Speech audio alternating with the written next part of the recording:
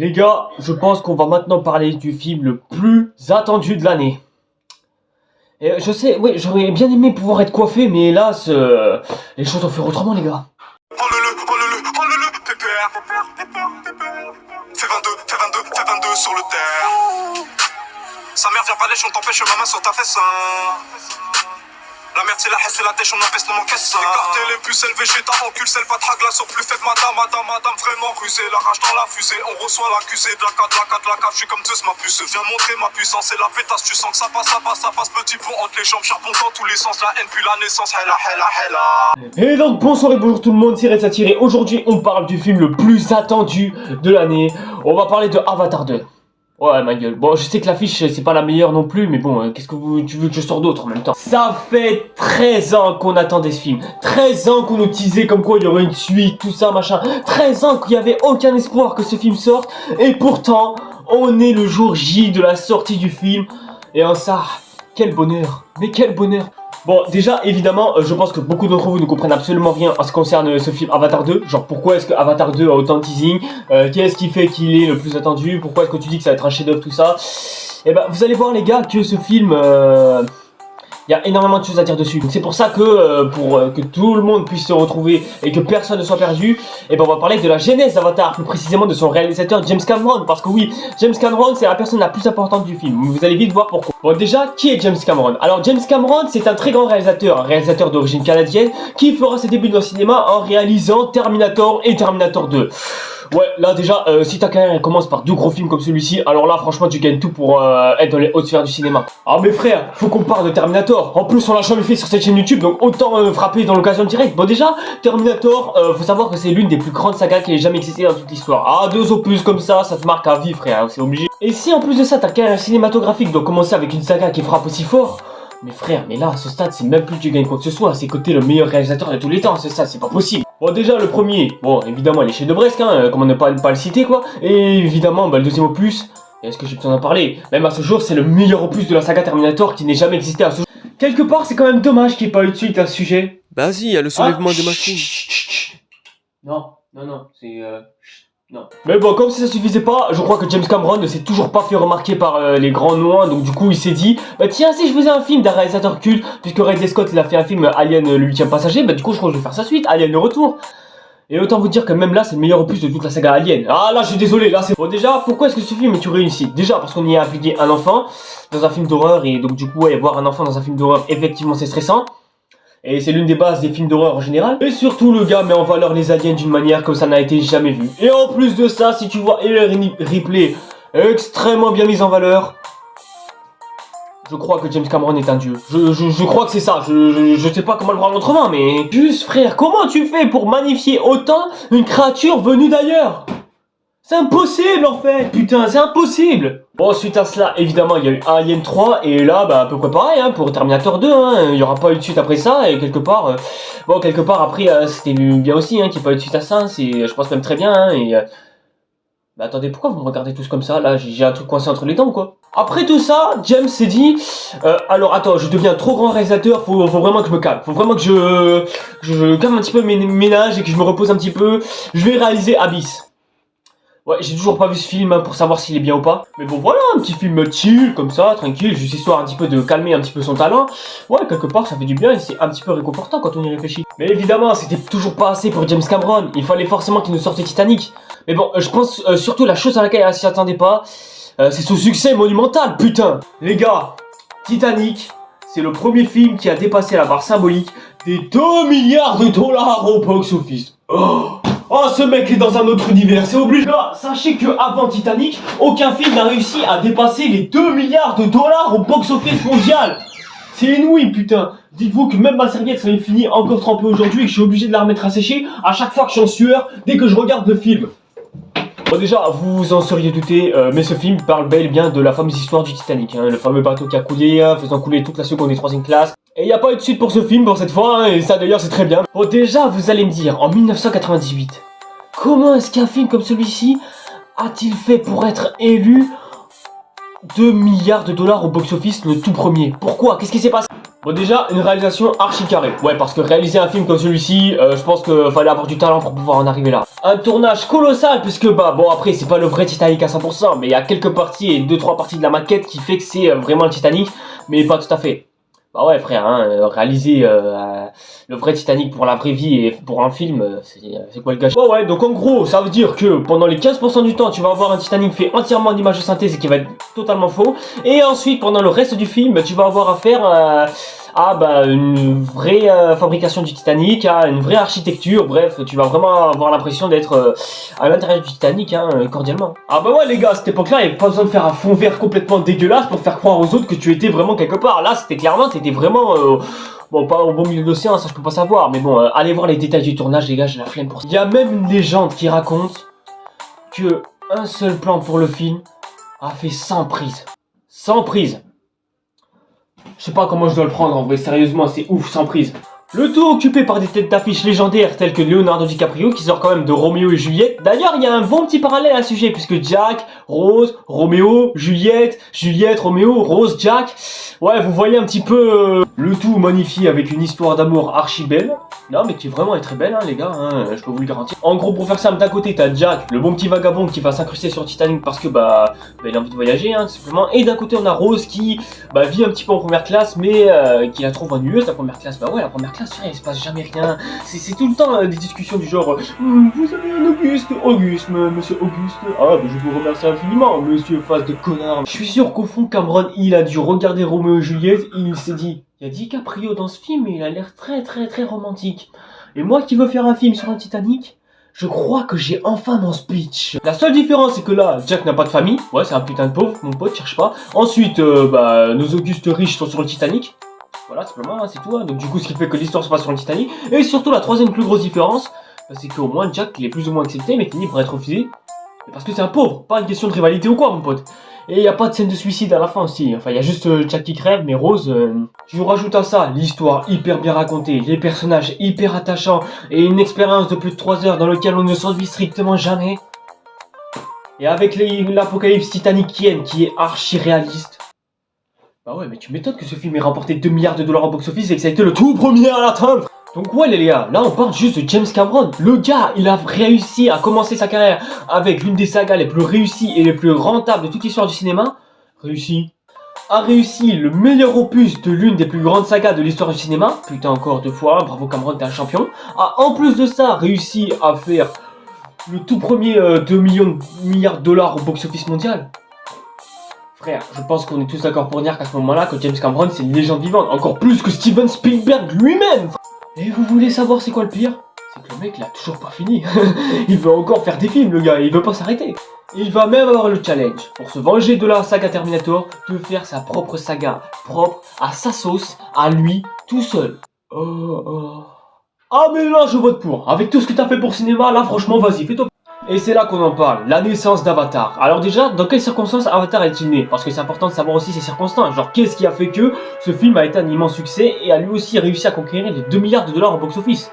Ah ouais, putain, 2 films à la suite, 2 milliards de dollars au box-office. Ce mec est même plus dans un autre univers, il a son univers à lui en fait. Bon déjà, il y a une évolution technologique qui se prépare pour le cinéma. À savoir que bon déjà, à cette époque-là, il y a déjà Internet qui commence à apparaître, le streaming aussi, du coup ce qui fait qu'il y a moins de personnes qui vont au cinéma. Bref. C'est une anarchie cinématographique presque qui commence à... En d'autres termes, le cinéma commence vraiment à devenir plus technologique et donc beaucoup plus futuriste. Donc du coup, suite à cela, il faut à tout prix innover. Et donc le cinéma a décidé de se tourner sur une nouvelle invention, la 3D. Parce qu'il faut savoir que les cinémas sont plus ou moins faits en 2D, donc ce qui fait que, ouais, t'as pas l'impression de te sentir immersifié dans l'univers présenté par les films que tu regardes à cette époque-là. Donc du coup, la 3D va consister un petit peu à faire un petit peu sortir l'écran de l'écran en fait, tout simplement. À ressortir en gros des objets qui vont sur ta gueule, tout ça, en mode oh là là, c'est hyper réaliste, tout ça. Et laissez-moi vous dire que de tous les films 3D qui sont sortis, honnêtement, il y en avait qui cassaient pas des briques, franchement, il y en avait même certains, c'était des échecs. Je vous conseille d'aller voir ces 2 vidéos sur la suite de Trop qui en parlent en haut et en large, d'ailleurs, qui en parlent même très bien, je vous le conseille. Du coup, pour faire révolutionner la 3D, eh ben James Cameron va y apporter sa propre pierre à l'édifice en faisant lui aussi sortir Avatar, mais avec sa 3D à lui. Enfin, sa 3D, ouais, du coup. Mais genre vraiment, quand il dit sa 3D à lui, genre c'est pas une 3D à 2 balles ou la version Wish que tous les cinémas proposent. Non, non, c'est sa 3D à lui. Genre à lui seul, à personne d'autre. Et là, tu te mets dans la tête d'un cinéaste, mais tu te dis... Mais attends frère, comment est-ce que tu vas faire pour faire ce genre de truc? Ça a l'air quasiment impossible là ce que tu nous racontes. Surtout que le speech de son avatar, mais lui il était complètement simple. En gros il racontait une histoire qui se passait dans un futur très lointain, genre 2154 si on se réfère aux dates qui apparaissent par-ci et là. Et donc du coup on va suivre un homme qui va un petit peu se balader sur Terre, mais qui à un moment donné va se retrouver embarqué dans une mission sur la planète Pandora. Sur Pandora, qui est une planète vivable, donc colonisée par les êtres humains, et va y vivre une espèce vivante que l'on appelle les Na'vi. Et donc du coup, pour pouvoir les infiltrer et essayer un petit peu de collaborer avec eux, et surtout pour le profit de l'humanité afin de récolter quelques recherches par-ci par-là, parce que oui, hein, le business avant tout, hein, les gars. Le but des humains, c'est de dire à tous les extraterrestres Na'vi de dégager avant qu'on vous rase. Ouais, je sais pas pourquoi ça nous rappelle quelque chose que l'on a déjà vu quelque part. Attendez, mon bracelet il est un petit peu sale. Attends, mon écharpe aussi là-haut elle est un petit peu sale, je vais essayer de la nettoyer un petit peu. Donc ouais, on a beau être 150 ans plus tard, l'humanité n'a toujours pas fini de coloniser n'importe quel peuple, peu importe lequel peuple ils vont soumettre. Hein. Ce qui compte, eux, c'est les richesses qu'ils en obtiennent. Ces humains sont fous, mais alors complètement. Et dans cette histoire, on va suivre le fameux personnage Jake Sully, qui est handicapé d'ailleurs au passage, hein, j'ai oublié de souligner. Lui, il va essayer un petit peu de sympathiser avec les Na'vi pour bien leur dire de dégager. Sauf qu'à un moment donné, il est obligé de choisir un camp. Donc soit se battre aux côtés des Na'vi qui se font exploiter tout ça, ou soit rejoindre ces camps humains, parce que sinon c'est un gros connard et il a trahi tout le monde. Bon, c'est un peu le truc, le speech qu'on a déjà vu, mais honnêtement, j'ai même envie de vous dire une chose. Ça n'a pas empêché le film d'atteindre 2 milliards de dollars au box-office, les gars. L'univers que l'on nous présente n'est pas seulement cohérent, il est magnifique. La 3D qui est utilisée sur ce film est juste extraordinaire. Les créatures sont totalement bonifiées. Genre, c'est pas les petits aliens que tu vas croiser dans les petits dessins animés cartoon, etc., etc. Non, c'est des créatures qui font partie de l'environnement naturel de la planète Pandora. Et c'est beau. C'est beau, je vous jure, c'est hyper beau. La motion capture qui est utilisée pour la toute première fois à cette époque-là est révolutionnaire, au point qu'elle révolutionnera jusqu'à aujourd'hui tout le cinéma, comme par exemple la planète des singes qui a apporté sa pierre à l'édifice à ce sujet. Ajoute à ça toutes les références à la cinématographie de James Cameron qu'il a eu en termes d'expérience cinématographique, et t'as là son meilleur film qui n'a jamais été réalisé à ce jour. Ça fait longtemps que je l'ai plus vu, mais honnêtement, encore aujourd'hui, je le vois presque pratiquement comme ça. Et même 13 ans plus tard, je trouve que les effets spéciaux réussis là-dessus sont pas seulement réalistes, ils sont juste tellement bien réussis. Et la retranscription de la colonisation humaine face au peuple Na'vi presque pratiquement puissante. C'est beau, ce film est complètement beau. Les gars, je pense que c'est officiel, James Cameron c'est un cinéma à lui tout seul. Tout simplement. Bref, Avatar c'est le plus grand succès de toute l'histoire du cinéma. Et de loin, de vraiment très loin. James Cameron c'est le plus grand réalisateur de toute l'histoire du cinéma. Et là aussi de très très loin, je pense. L'entrée de la 3D dans le cinéma est révolutionnaire, mais révolutionnaire d'une manière dont vous ne pouviez absolument pas imaginer. Et donc du coup, vous allez certainement me poser la question, mais... il se passe quoi du coup après Avatar, comme ça moi je le sais. Et après tout ça, James Cameron va jouer avec les profondeurs de l'océan, puisque j'ai oublié de vous prévenir d'un truc, James Cameron il adore l'eau. Et ça, je pense, ça s'est un petit peu remarqué, notamment avec Abyss, hein, notamment, dont je vous ai parlé, et Titanic, évidemment, et Avatar, je pense, vous avez vraiment eu l'impression, de voyager un petit peu sous l'eau, et Avatar 2 s'appelle La Voie de l'eau, donc oui, vous avez remarqué, en tout cas. Il adore l'eau, il adore ce qui est aquatique, bref, c'est un Aquaman. Je déteste ce genre de jeu de mots, je déteste. Bon évidemment, sauf pour Terminator, parce que pour Terminator, lui il en a eu l'idée suite à un énorme cauchemar, et le pire c'est que notre pire cauchemar à propos de cette saga est devenu une triste réalité, les amis. Et en ce qui concerne Alien le retour, le mec il voulait juste avoir un petit peu plus de quicheta pour pouvoir faire ses propres films, hein, tout simplement, hein. Genre sinon je pense il n'en serait pas là où il en est, hein. Donc ouais, pour moi James Cameron c'est celui qui a la meilleure carrière cinématographique dans toute l'histoire du cinéma. Mais donc du coup il s'occupe un petit peu dans sa vie à devoir aller sous l'eau parce que c'est sa vie, hein, tout simplement, hein. Voyager dans les profondeurs de l'océan, c'est quelque chose qui lui fait plaisir et qui lui tient à cœur. Et tant mieux pour lui, hein, c'est une bonne chose, hein. Mais souvenez-vous de ce que je vous ai dit tout à l'heure quand même, parce que le gars il a quand même dit qu'il voulait faire sa propre saga à lui tout seul. Donc du coup faut bien une suite à Avatar les gars, c'est obligé. Ah là faut pas déconner. Donc oui, une suite sera préparée. Mais la première fois que j'entendrai parler d'une suite, parce que je dis moi, mais en même temps je sais pas à quand date cette idée de suite, j'en entendrai parler qu'à partir de 2017. Et le film aura été repoussé en 2018 juste après, donc du coup sachant que on est sur un énorme tournant du cinéma, parce que à ce moment-là, il y a un énorme problème. Comme vous le savez, Avatar est repris par la Fox. C'est-à-dire que c'est la Fox qui gère tout ce qui a rapport avec Avatar et tout ce qui a rapport avec les autres films de Cameron. Sauf qu'en 2018, il se passe un énorme drame à ce moment-là. Et je pense que vous savez tous très bien de quoi est-ce que vous voulez que je parle. La Fox, à savoir toute sa société, a été rachetée entièrement par Disney. Ça veut dire que Disney est maintenant en possession de la 20th Century Fox et que ce film appartient, enfin que tous les films qui ont été faits par la 20th Century Fox et qui seront faits à l'avenir par 20th Century Fox seront assurés désormais par Disney. C'est-à-dire que maintenant Disney, à partir de ce moment-là, je crois que c'est la 5e société la plus riche au monde. Ouais, j'ai bien dit au monde, hein, genre il est à côté d'une Tesla ou d'un Amazon ou je sais pas quelle autre société encore. Mais ça veut pas seulement que dire ça, ça veut dire que tous les films gérés par la Fox, du genre par exemple Planète des Singes ou les X-Men et 4 Fantastiques et les autres Marvel que la Fox sont en charge. Oh putain, oh, c'est tellement dramatique. Et bah tous ces films sont pris en charge par la Fox ou par Disney. Du coup, ça veut dire que si Disney ils ont envie de faire un préquel à la trilogie du labyrinthe, ils le peuvent parce que c'est sous la charge de la Fox et c'est légalement fait. S'ils veulent que la franchise X-Men fasse partie de l'univers cinématographique Marvel à part entière, ils en ont le droit. La Fox leur appartient et ils en font ce qu'ils veulent. Et dans les mêmes cas, s'ils veulent faire une suite à la meilleure trilogie des années 2010, à savoir la Planète des Singes, et bah putain, ils en ont le droit là aussi. En fait, ils ont tous les droits, c'est abusé. Alors qu'à une époque, on disait tous que les meilleurs films qui sortaient, ça appartenait à la Fox et tout ça, et maintenant qu'on apprend qu'ils appartiennent à Disney désormais... Oh putain, ah ouais, là, le niveau de dramaturgie, il est énorme. Et dites-vous qu'après cette époque-là, je me souviens pas du tout d'un seul bon film venant de la 20th Century Fox. Ouais, c'est dramatique, mais c'est réel, les gars. Et comme Avatar a été produit par la Fox, ah bah ouais, là, vous voyez exactement où je veux en venir, les gars. Surtout qu'en plus de ça, la 20th Century Fox ne s'appelle même plus 20th Century Fox. Elle s'appelle 20th Century Studios, putain. Bon, c'est dommage, mais en même temps, qu'est-ce qu'on pouvait en y faire, les gars? Donc, vu que maintenant que la Century est sous la charge de Disney, du coup, ouais, pour sortir ton film, Cameron, hein, il va falloir attendre quelques années de plus pour pouvoir le sortir, là. J'espère que tu auras les cojones pour pouvoir le faire. Donc, ouais, avoir la Century à leur côté, ça a permis à Disney d'engendrer énormément de succès au box-office mondial, au point d'engendrer, juste en 2019, 11 milliards de dollars de recettes mondiales à leur édifice. Ce qui fait de Disney, comme je vous ai dit, qui fait partie des 5 sociétés les plus riches au monde. Et évidemment, vous connaissez Disney, ils veulent eux aussi avoir une suite à Avatar et en faire un préquel et empocher un taquet d'argent, vu que c'est maintenant le film le plus rentable de tous les temps. Mais bon, non, Cameron, lui, il abandonne pas, et surtout pas, parce que là, il voit qu'il est en danger, que son film Avatar est en danger, donc du coup, il abandonne pas, lui, tout ce qu'il veut, c'est sortir son propre film Avatar. Et même s'il doit en prendre pendant des années, même s'il doit repousser son film des centaines de fois, le gars, il est déterminé. C'est beau. C'est beau. Encore une fois, Cameron prouve que c'est le meilleur réalisateur du cinéma. C'est beau. Franchement, défendre son film corps et âme pour sortir le sien, plutôt que d'avoir des producteurs sans scrupules te dire « Ouais, mais attends, nous on veut que le film Avatar soit comme ça, mais en fait non, on veut pas trop que tu apportes n'importe quoi. Ah, je m'en bats les couilles, je veux mon film cassé par la tête en fait !» Donc voilà, suite à toutes ces restrictions, Avatar va se faire dépasser par Endgame en premier lieu. Mais bon, en même temps, il avait des raisons de s'inquiéter parce que entre Star Wars 7 qui a commencé à dépasser un petit peu Titanic et faire partie des plus gros succès au box-office de l'année. Bon, en même temps, c'est Star Wars 7 et à cette époque-là, on avait encore espoir pour la saga. Bon, après, il sera pas mal suivi par Infinity War.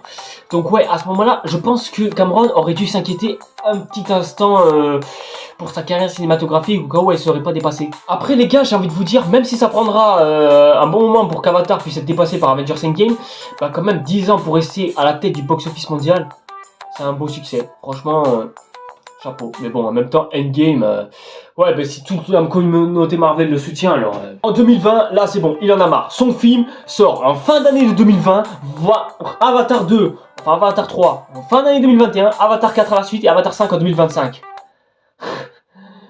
J'ai dit en 2020. Je sais pas pourquoi vous savez de quoi je parle d'un seul coup. Au final, le gars, il en aura mis du temps. Il aura mis pendant des décennies, des années à devoir en arriver là. Et il a été obligé d'affronter tous les producteurs qui s'opposaient à son projet pour pouvoir sortir son film à lui. Et aujourd'hui, on est le jour de sa sortie. Je pensais que ce jour n'arriverait jamais. Je pensais même que ce jour n'arriverait pas. Je pensais même que Avatar 2, pour moi, c'était pas le film qu'il y avait à faire. Clairement, fallait faire autre chose en fait, tout simplement. Mais bon, quand je me rends compte à quel point Cameron se sent dévoué pour son cinéma à lui, mais là, c'est que un homme que je peux respecter. Pour moi, Cameron, c'est un gars que je maintiens en respect, tout simplement. Et maintenant, on va passer au point le plus important. Pourquoi est-ce que Avatar 2 se doit d'être une réussite et pourquoi est-ce que ça va être une réussite? Bon, déjà, il faut savoir une chose. Le premier Avatar est sorti il y a 13 ans. Et en 13 ans, il s'en est passé des choses. Hein. Dites-vous qu'il y a 13 ans, Sarkozy, il était encore président.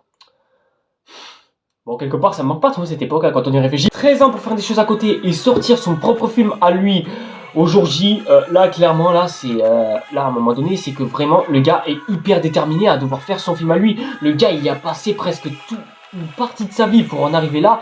Mais c'est qu'à un moment donné, ça devait servir à quelque chose. C'est qu'à un moment donné, il était prêt à tout pour y arriver. Je n'ai jamais vu quelqu'un d'aussi dévoué pour son cinéma à lui, pour sortir son propre film. Pour moi, c'est ça le cinéma. Pour moi, c'est ça un réalisateur. C'est comme ça que se doit de réagir un réalisateur, même pour vous dire. Voilà, un gars qui a prévu pendant 13 ans de faire son propre film, c'est qu'à un moment donné, il devait le faire. En tout cas, c'est obligé. Donc pour moi, c'est clair que si le gars sort son film et qu'il n'est pas réussi après 13 années de travail, putain, ah là, je me demande juste ce qui va devenir au réalisateur. Je me demande même ce qui va devenir au reste. Hein. Ensuite, quel a été le film qui a le plus choqué que Avatar après? Bah, en même temps, autant vous dire qu'après Avatar, bon évidemment il y en a eu plein des films qui nous ont choqués. Par exemple, moi visuellement, ce qui m'a le plus choqué, c'est Blade Runner 2049. Mais c'était pas au niveau de Avatar quand même, parce que pour moi, Avatar, il y avait cette beauté, mais cette beauté naturelle. Et pour moi, il n'y a rien de plus beau que la nature. Oh, c'était trop beau ce que je viens de dire. Oh, c'était trop beau. Après 2009, c'est vrai qu'il a un énorme talent pour nous montrer des plans. Mais le problème de ces plans, c'est que ils sont jamais au service du scénario. Et pour moi, c'est un petit peu ça le défaut de ce dernier. Il nous montre des plans absolument magnifiques et absolument contemplatifs, mais le problème c'est que... C'est quoi l'intérêt de tout ça en fait? Qu'est-ce que tu veux nous montrer dans tes films vraiment? Voilà, j'ai beau chercher dans ma tête à savoir s'il y a un film qui m'a le plus choqué que Avatar visuellement, mais j'arrive pas à en trouver. Depuis Avatar, on n'a rien eu. Mais strictement rien visuellement. Même en termes de scénario complexe, d'univers ou quoi, il n'y a jamais eu quelque chose d'aussi intense que Avatar. Et non, pas votre univers cinématographique Marvel à 2 balles, c'est bon, à un moment donné j'en ai marre de Marvel. Marvel par-ci, Marvel par-là, à un moment donné c'est bon quoi. Et surtout, le troisième point le plus important, c'est que, en plus de 13 ans, il y avait quoi comme film, sérieux? Il y avait quoi comme film? Putain. Certes, au début des années 2010, il y avait pas mal de films, hein, notamment Tarantino a commencé vraiment à montrer l'étendue de son talent au fil de ses films à partir de ce moment-là. Et d'ailleurs, sur ça, je le félicite d'ailleurs. Comme je vous ai dit, Villeneuve, mais bon, Villeneuve c'est... autre chose. Bon, Spielberg qui reste encore à son sommet, mais ouais, bon, enfin, contrairement à ce qu'a fait Cameron à côté, je suis désolé, je te respecte mon gars, mais pas autant que Cameron. Michael Bay, ouais, bah, depuis ton beat avec Transformers 5, hein, c'est bon, j'ai plus envie de te voir, casse-toi en fait. Donc voilà, en termes de pur film à proprement parler, mais on a presque rien eu, à part les 2-3 Marvel qu'on a eu tous les 4 ans. Mais putain, mais on a rien eu en fait, à part les films de super-héros par-ci par-là. Mais au fil des années, j'ai eu l'impression depuis Avatar et avec les films qui sont arrivés juste après, mais qu'on a strictement mais rien eu. Il n'y a rien qui m'a fait comprendre que ah c'est beau, mais pas plus qu'Avatar. J'ai l'impression que plus les grands noms parlaient des films Marvel qui sortaient régulièrement, plus ils avaient raison. Et plus ils avaient raison, plus je me rendais compte à quel point le cinéma est en grand danger. Non mais pour de vrai, il est vraiment en danger. Je suis pas en train de dire que l'industrie va s'écrouler, ça va être une anarchie, tout ça. Mais quelque part, quand on y réfléchit, est-ce que ce serait pas faux? Parce que quand on regarde la chose, oui, en effet, Marvel gagne énormément rien qu'avec leurs films Marvel. Mais bon, à un moment donné, on va en avoir marre, les gars. C'est obligé. Genre, à un moment donné, on aime bien Marvel, à un moment donné, mais les gars, si moi, en 2019 et en 2020, j'ai lâché un grab, notamment avec Black Widow, et aussi parce que j'étais concentré sur le Covid, mais c'est qu'à un moment donné, Marvel, j'en ai plus rien à foutre de ce qu'ils peuvent sortir en fait. Et No Way Home n'a fait que confirmer la chose. En même temps, ce film est complètement merdique. Qu'est-ce que tu vas en faire? Le pire, c'est que j'ai essayé d'avoir un espoir pour plein de films. J'ai essayé, que ce soit pour Harry Potter. Bon, évidemment, avec les secrets de Dumbledore, c'était... Du côté de DC Comics, bon, c'est devenu DC Comics. Star Wars, la meilleure saga de tous les temps, est devenue une saga parmi tant d'autres, évidemment. Jurassic Park, Jurassic World, putain. Comment est-ce que t'as pu te voter comme ça, sérieux? Pourquoi? Pourquoi? Oh non, pas ça. Pas aujourd'hui, pas maintenant, pas après tout ce que tu as fait. Donc voilà les gars, vous vous rendez compte de la chose en fait. Tout simplement, ça paraît cruel dit comme ça, mais c'est réel. Genre, Marvel a clairement pris le pouvoir sur le cinéma. C'est une réalité. Depuis tous ces échecs de grandes sagas, mais je pense que là, on est arrivé à un stade où le cinéma, il n'a plus rien à nous proposer. Mais vraiment plus rien. Et le moment où Marvel va être inintéressant à un moment donné, mais c'est qu'à un moment donné, il n'y aura plus rien. Après Marvel, je pense qu'il n'y aura pas grand-chose à se mettre sous la dent. T'enlèves tous les films Marvel que l'on a eu à un moment donné, mais qu'est-ce que tu vas avoir après? Ça va être ça la bonne question. T'auras 2-3 réalisateurs qui vont tenir la chandelle. Mais est-ce que la chandelle va être facile à supporter? Je pense que d'ici 10 à 20 ans, je pense qu'on va être arrivé à un stade où le cinéma, à un moment donné, on va finir par s'en lasser et bientôt passer à autre chose. C'est sûr qu'on ira au cinéma, mais on n'ira pas juste parce que c'est un art ou qu'on a envie de profiter ou quoi. Non, juste parce qu'on a envie de passer un bon moment devant un énième Marvel supplémentaire, c'est tout. Ça voudra dire que dans un futur proche, si un Marvel sort, il va être bien, mais s'il y a un autre film cheap comme ça qui sort normal, bah ça va être un flop. Tout simplement. Parce que le monopole du super-héros, il a pris le pouvoir, mais d'une manière comme on n'en a jamais vu. C'est-à-dire que maintenant, les grands films de cinéma dont on parle, bah, c'est des films de super-héros. Rien que Wakanda Forever, il est déjà nominé à plein d'Oscars. Alors que franchement, je vois pas en quoi ce film le mérite, sérieusement. Mis à part pour la prestation de la vieille, honnêtement, franchement, je vois pas pourquoi ce film mérite d'avoir plusieurs Oscars à son édifice. Donc voilà, pour moi, Avatar 2, c'est le plus grand espoir de tout le cinéma. Parce que si ce film échoue, je pense que d'ici 10, voire même 20 ans, je pense qu'il n'y aura plus rien, hein. Il n'y aura plus aucune raison d'aller au cinéma, hein. Mis à part pour aller se taper le 3e Venom à la suite. Ah non, c'est bon, hein. À un moment donné, c'est bon, stop. Sauf si un jour, un réalisateur miraculeusement sort de l'ombre et commence à proposer des films, ouais, et qu'il arrive à révolutionner le cinéma lui tout seul, mais faudrait que ça arrive, hein, alors, hein, parce que... Donc voilà, c'est pour ça que pour moi, je compatis pour le fait que James Cameron va apporter une grosse pierre à l'édifice du cinéma, et j'espère qu'il va le réussir, et il a intérêt de toute façon, parce que 13 ans pour en arriver là, c'est qu'à un moment donné, ça doit servir à quelque chose. Après, je suis content quand même qu'il y a pas mal de critiques positives. Mais est-ce que les spectateurs vont en être tentés? Ça reste à voir. On en vient au point le plus important. Les critiques sur Avatar 2. Oh putain, c'est la partie la plus stupide que je suis en train de faire, les gars. Les gars, faut s'avouer, toutes les critiques que j'ai vu passer à propos de Avatar 2, alors que le film n'est pas sorti... Et j'en ai vu des rémambelles des critiques, mais elles étaient tellement stupides que franchement j'en ai oublié quelques-unes. Alors déjà, je vois une critique passer qui dit « Putain, c'est marrant de dire un jeu vidéo et vous croyez vraiment que je vais aller voir ce film ?» Bande de blaireaux, va. Mec, tous les films que t'as vus sont faits en images de synthèse. Comme tous tes jeux vidéo sur PlayStation 3 sont faits en images de synthèse. Et là, le problème, genre regarde chez Hulk, on a affaire au personnage le plus moche de tout l'univers cinématographique Marvel, tu lui dis rien, mais là quand il s'agit d'Avatar, c'est hyper beau tout ça, et tu vois ça comme un jeu vidéo. Mes frères, on n'a pas les mêmes yeux. À ce stade-là, je pense qu'on n'a pas les mêmes yeux du tout. Sans compter qu'en plus, c'est la même esthétique que dans le premier opus. Donc qu'est-ce que tu veux faire chier en fait? Ensuite, il y a une autre critique qui dit le film va durer 3h20. Et c'est trop long, vous croyez vraiment que j'ai du temps à perdre? Alors, déjà, que le film fasse 3h20, ça se plaint parce qu'on risque de perdre du temps et que, oh mon dieu, ça va être long, machin, tout ça. Mais quand Black Panther 2 fait 2h48 de son temps, là, tu dis rien. Et quand Avengers Endgame fait 3h, y'a qui a gueulé parce que le film faisait 3h? Et je sais que t'as 3h20 de ta vie à perdre, mais à un moment donné, frère, c'est que, à un moment donné, si t'as pas envie de voir 3h20 de film, va pas voir le film Avatar, tout simplement. Et ça, c'est quelque chose que j'ai particulièrement remarqué. Vous voyez, cette vidéo, elle est longue. Genre, par exemple, là, en temps de tournage, je suis à 31 minutes 32. Donc, du coup, bah, c'est vrai que quand on regarde une vidéo longue et qu'on voit son temps de vidéo, bah, c'est clair que on n'a pas trop, on n'a pas envie de perdre trop de temps. Mais justement, les gars, justement. Genre, par exemple, est-ce que vous vous êtes ennuyé pendant le long de cette vidéo? Bah, répondez-moi en commentaire, comme ça moi je le saurai, hein. En 2h48, je me suis fait chier devant Black Panther 2. Et en 3h, dans Avengers Endgame, il y a juste une seule scène dont on se souvient tous. Évidemment, le reste du film, on s'en fout, hein, bien sûr. Donc voilà, ce sera pas la première fois que tu verras un film aussi long. C'est juste le film le plus long que tu auras jamais vu de ta vie. Mais qui te dit que tu vas te faire chier devant, d'ailleurs? Et qui te dit que tu vas perdre ton temps devant? S'il faut, tu vas passer un excellent moment. Donc va voir le film qui va durer plus de 3h20 et reviens me voir et tu me diras exactement si tu t'es ennuyé ou pas. Challenge, tu fais? Allez, vas-y, plus qu'à l'accomplir, petit. Et si vous n'avez pas envie de perdre votre temps devant un film de plus de 3h20, ben allez voir d'autres films plus courts que ça, et vous allez voir combien de temps est-ce que vous allez y passer, et voir si vous allez vous ennuyer ou pas devant.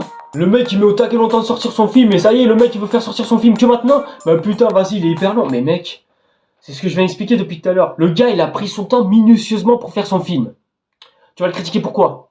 Après évidemment je dis pas que ça va être gage de qualité. Par exemple, Independence Day 2 il a mis 20 ans à sortir après sa suite. Mais bon, autre époque et autre cerveau et autre façon de réfléchir, hein, évidemment. Même Will Smith l'a refusé le rôle pour des raisons que l'on connaît, évidemment. Mais c'est comme je viens de vous le dire, en fait. Le gars, il a pris son temps minutieusement pour faire son film.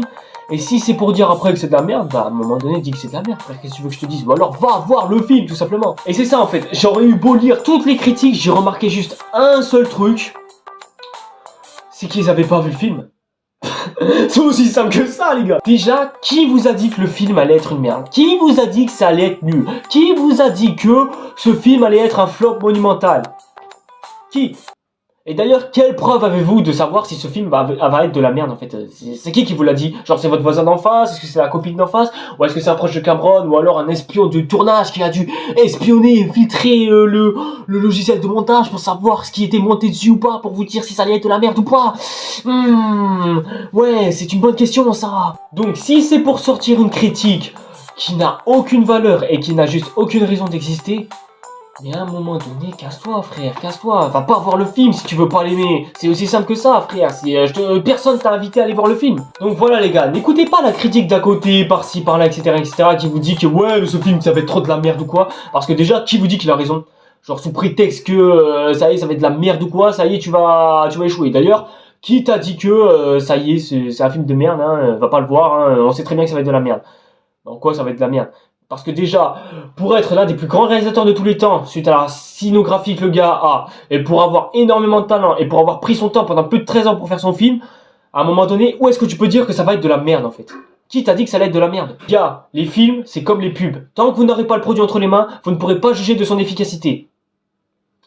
Voilà, c'est tout en fait, c'est tout sur les histoires en fait. Hein. Non, plus sérieusement, vous voyez une pub sur un produit et vous dites, oh là là, le produit a l'air incroyable tout ça. Ouais, mais qui vous dit qu'après ce produit ça va pas être une arnaque, ça va pas vous provoquer quelque chose de incroyable, genre le savon il hydrate, etc., il est bien pour la peau, alors qu'en fait ça fait rien à votre peau. Déjà, qui vous dit que le savon va être efficace même pour vous dire. Et à force de faire des pubs pour Big Mac tout ça, bah à un moment donné, on s'en fout de ce qu'il y a en bas, on s'en fout de la prévention, genre manger 5 fruits et légumes par jour, .wmanger.fr. Vous, la seule chose que vous voulez voir, bah c'est la bouffe. Et vous vous en foutez de savoir ce qu'il y a dedans, genre quel cholestérol ça a et quelles conséquences ça aura sur votre corps. Et ce n'est que quand vous voyez un autre produit à côté que vous vous dites, oh, ah non ça je peux pas, non ça c'est trop pour moi, je veux pas manger ça, ça a l'air dégueulasse. Les gars, je dois vous apprendre une chose. Apprenez à manger autre chose, apprenez à varier les plaisirs, apprenez à changer un petit peu de zone de confort pour élargir un petit peu plus votre zone de confort. Et à un moment donné, vous comprendrez que vous vous sentirez bien. Le but, c'est pas seulement d'admirer la chose, mais c'est de savoir l'admirer aussi. Et le but, c'est pas de se limiter juste à une seule chose, mais c'est de voir plusieurs choses pour avoir plus de recul sur l'univers qui nous entoure. Parce qu'au final, c'est ça aussi la nature humaine, c'est de savoir évoluer. Avatar 2 sera la plus grande réussite du cinéma que vous vouliez ou non, et ça, peu importe les moyens qui y seront mis. Parce qu'au moins, ce qui sera bien, bah c'est que Marvel va pouvoir démissionner après tout ça, ça sera bien. En tout cas, merci à toutes et à tous d'avoir suivi cette vidéo. C'était juste pour vous redonner confiance, histoire d'aller voir Avatar 2. Et aussi pour vous dire exactement pourquoi est-ce que ce film va être une réussite. Parce que c'est obligé, hein, il est obligé de faire une réussite, parce que sinon je le dis. N'hésitez pas à me dire dans les commentaires ce que vous en attendez et qu'est-ce qui vous en attend. Et si c'est pour sortir une critique avec 2 balles alors que t'as même pas vu le film, c'est bon frère, casse-toi, il est pas fait pour toi le film. N'hésitez pas comme d'habitude à me suivre sur les réseaux sociaux comme d'habitude. N'hésitez pas aussi à vous abonner à la chaîne et à activer la petite cloche pour être au courant de toutes les nouveautés qui viendront. Et nous, on se donne rendez-vous pour la pré-séance. Ouais, parce que ça, c'était plus une avant-séance pour vous dire. Donc bref, c'était Ressatir. C'est trop sale, car fait trop de sale. C'est dommage, car j'étais un bon gars, mais je suis devenu un bandit. Le OG, le million, expert en PR, expert